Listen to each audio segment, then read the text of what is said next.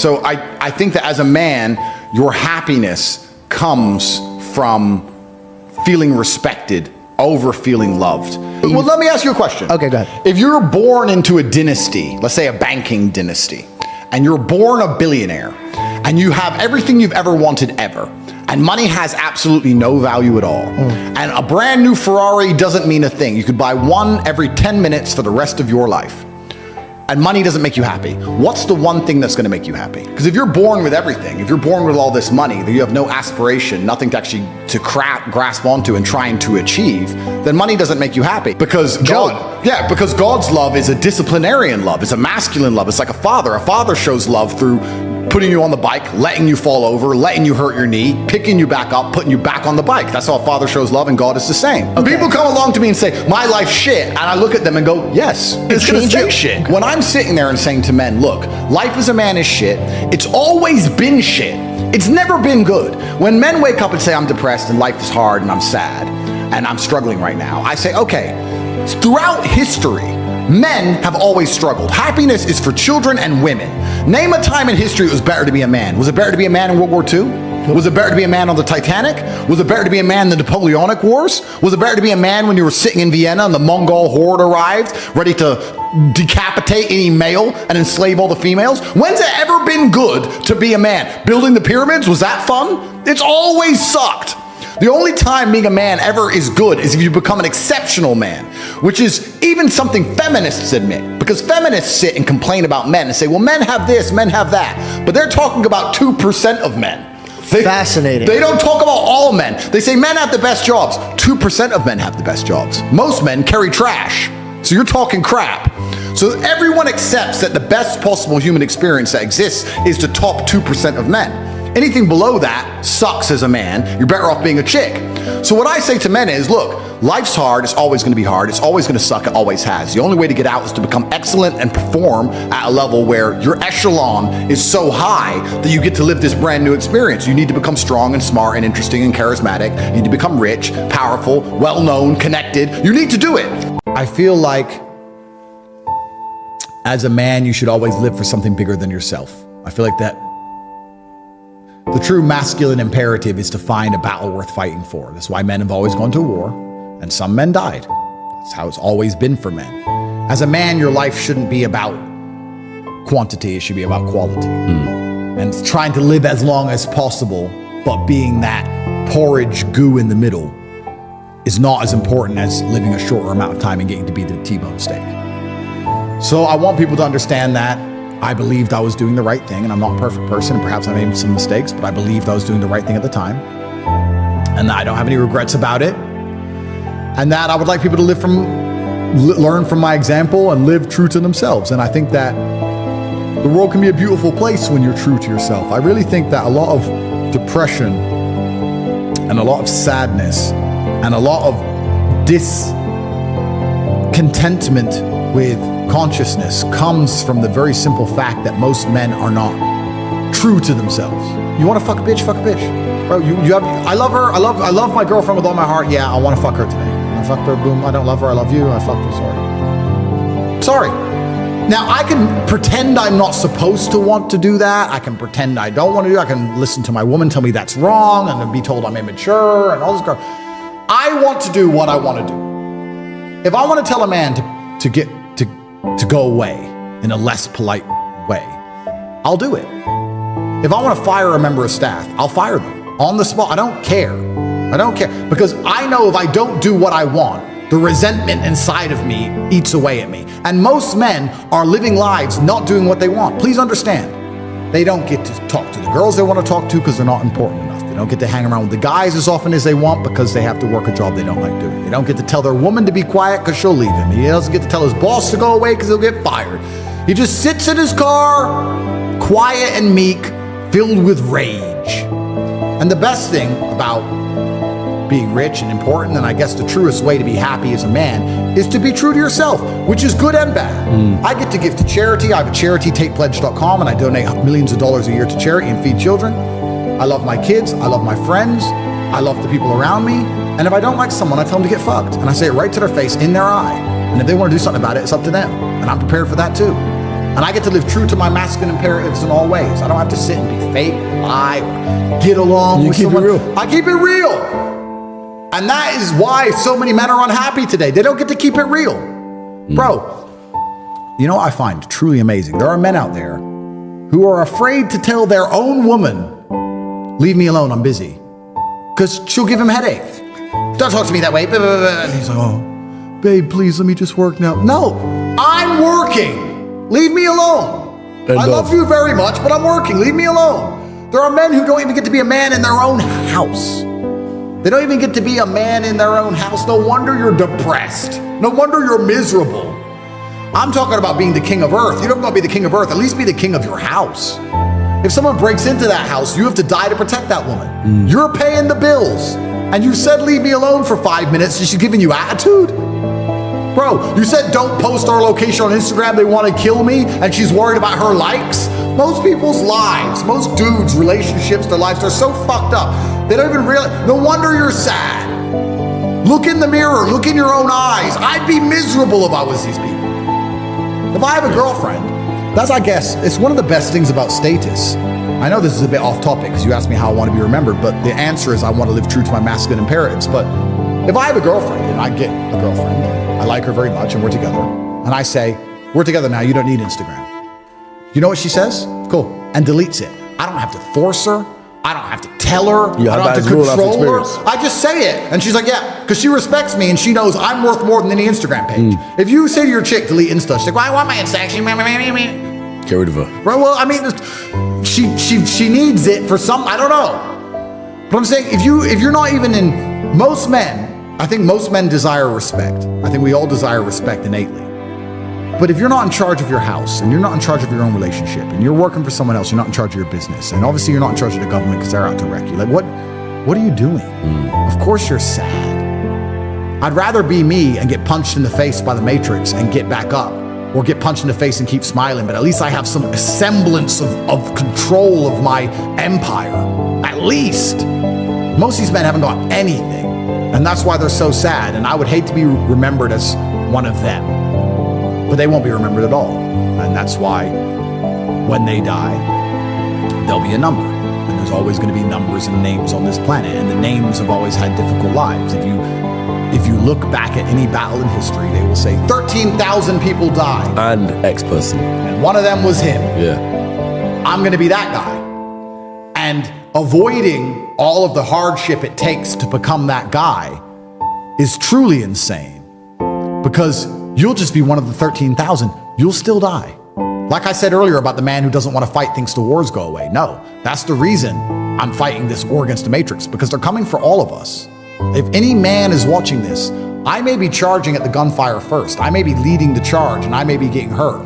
You're somewhere at the back and you feel safe. They're coming for all of us. So at least I get to go down as a name as opposed to dying as a number. So don't worry about me dying a little bit early. Worry about yourself dying and not being remembered at all. There is no light without dark.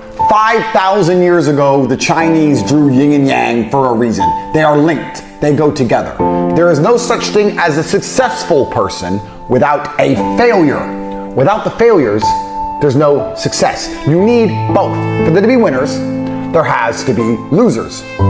Therefore, if God is going to give you the chance to become a successful person, He has to make it difficult. He has to lay out a gauntlet, because within that gauntlet, some people will quit and they can go become losers, which allow the people who do not quit to be winners. I think a lot of people think that my life is just running around in supercars, sleeping with girls, and smoking cigars. And anyone who's around me long enough actually says, wow, Andrew, all you do is work. Of course all I do is work. I have $1 billion empire. The Matrix is trying to destroy my life. I have endless females to maintain, children to see. My entire life is work. I have to stay in prime physical condition, ready to destroy my enemies. My entire life is work. So when people want to quit, they want to give up, everybody has an excuse, nobody has any time, they will do it next week, they're a bit tired, they don't understand. That's all loser talk. You're not allowed to do that. That is part of the gauntlet. That is the off-ramp towards loserdom. You're on the highway. You're driving. There's exits all along the way to Loserville. loser town. When you're tired, when you don't feel like working, when you don't have enough time, when it's difficult, you can get off the highway anytime you want, but if you stay on the highway, you will end up a winner. If you're watching this, ask yourself a question. When's the last time you genuinely tested yourself? When's the last time you genuinely felt challenged? Win or lose, you can be a hero if you just fight. Win or lose, you can be a hero if you make the brave decision. There are so many men of history we remember who didn't even win every time. Napoleon lost. He's still famous. His name's still etched into history. You can't escape the baselines of the universe. There are some laws which can't be broken. They can't be broken. They're universal laws. You need to have the bravery about you. I don't care what happens to me in this case or any other. I know I always made the brave choice. And I can sleep in a jail cell just fine knowing I chose the brave option. I don't know how most of you are going through life never choosing the brave option. And think, oh, but, I'm just being safe. It's cope. Safety's for women and children. It's not for men. And you have to make a decision now as a man, knowing you're going to lose, knowing you don't stand a chance, whether you're going to get in there and fight or you're going to come up with a bunch of excuses why you won't. You're looking for a reason not to do it, and you found a reason because someone told you not to do it. If you're going to go through life looking for people to tell you not to do something, you're always going to find somebody. This isn't about what anyone else wants to do. It's about you. What's your excuse? Oh, I have work in a few days. I have a black eye. So you can go in there like a man. Why are you so scared of losing? What's the worst that's going to happen? You have a black eye, you'll heal. When's the last time you even pushed yourself to do anything? When's the last time you got punched in the face? I miss my black eyes. The people who didn't fight, I think, got beaten worse than the ones who did, because they had to look in the mirror every single day for the next year or whatever it took for them to eventually come fight. They felt like cowards. There's nothing worse as a man than the feeling of cowardice. And the ones who fought went through the physical risk and went through the fear to make sure they didn't have to feel like a coward, because that's the worst thing a man can ever feel like. And if you're honest with yourself right now when you're watching this, a lot of you should feel like cowards. You weren't brave during COVID. You didn't get kicked off a flight. You wore your mask and you listened to your boss. You're scared of getting in a situation that you can't completely control. You don't challenge yourself. You don't test yourself. You go on the odd holiday, pretend you're rich and bang some girls, and you think that makes you a somebody. It doesn't make you a somebody. Nobody cares. You're still a loser. You're a loser. Because you've never been through the pain. All of the bad things that happen to you are the only things that are going to prevent you from being a loser. You need the difficulty. You need the suffering. I'm tired of people emailing me going, oh, this bad things happen to me. Good. That's why you get to be somebody who matters. All of the people whose lives go well all of the time aren't men. Men are the guys who stand up and say, this happened, this happened, this happened, this happened, and I'm still alive. We're supposed to be broken. We're supposed to be imperfect. Femininity is perfection. Masculinity is being a damaged human who is still competent and capable. You can even apply this to the way men and women look. We want women to look perfect. If a man looks perfect, women find it repulsive. They find it feminine and gay. They want you to look broken. They want you to look like someone's tried to kill you. That's what they want you to look like. They've tried to kill this man. He's covered in scars and he's big and huge, and they've tried to kill him, but he is still alive. That's the entire point. Because what you're doing, you want to go on holidays, you want to do all this garbage so you feel a tinge of it. But when's the last time you sat down and thought, I have to make this work?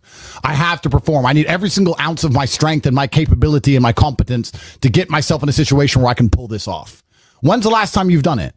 And you're going to probably realize, if you analyze hard enough, that you may not have done it your entire adult life. You've been avoiding these kind of situations because you're scared of the consequence. And one of the worst things about this new social media or generation, everything's on camera, everything ends up on the internet. People are scared of losing their reputation, scared of losing their egos. We didn't care. We turned up and we fought.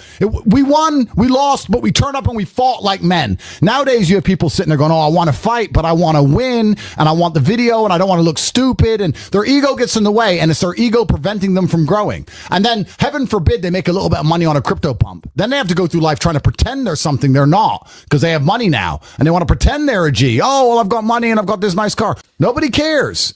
Why would they? And it's really important what you said there about putting on a suit and putting on a cigar and renting a Lambo and driving around. All of those things, and I've said this a million times, you're trying to signal that you have money. You're trying to signal that you have wealth. But money is an amplifier. It's not going to change who you are. It's only going to amplify who you are. And if you're the kind of person who will turn up to a random sports hall and fight somebody who you don't know who they are and get in there and do your absolute best to destroy that man, and if you're the kind of person who will go then on to the UFC or go on to be a kickboxing world champion because you don't give up and you keep training, and then you get rich, you have a different aura about you than the person who skips all that part and wants to look like a G. So they get the Lambo and they get the cigar and they get the suit, but they skip all the hardship. And you know what?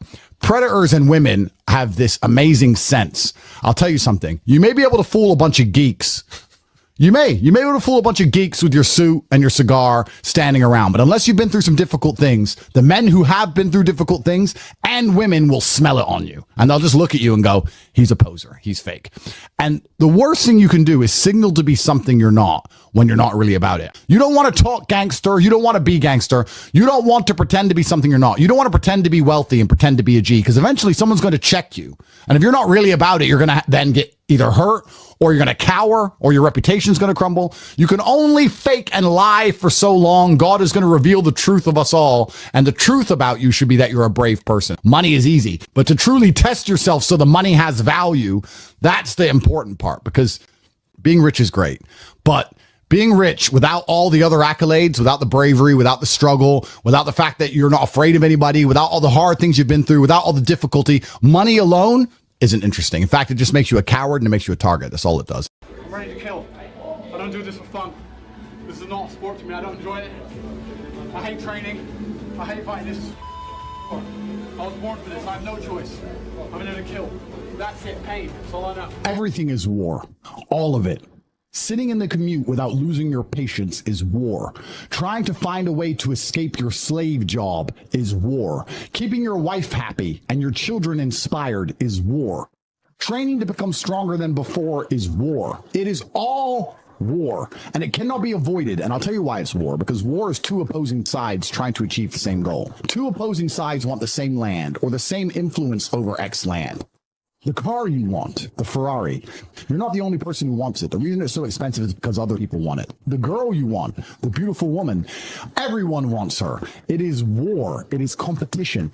Everything about life as a man is war. It is conflict, because you are competing against the other men who want it the same, which is why discipline is such an important thing, which is why you must take the pain and add it to the concoction to become as formidable as possible. Life is war.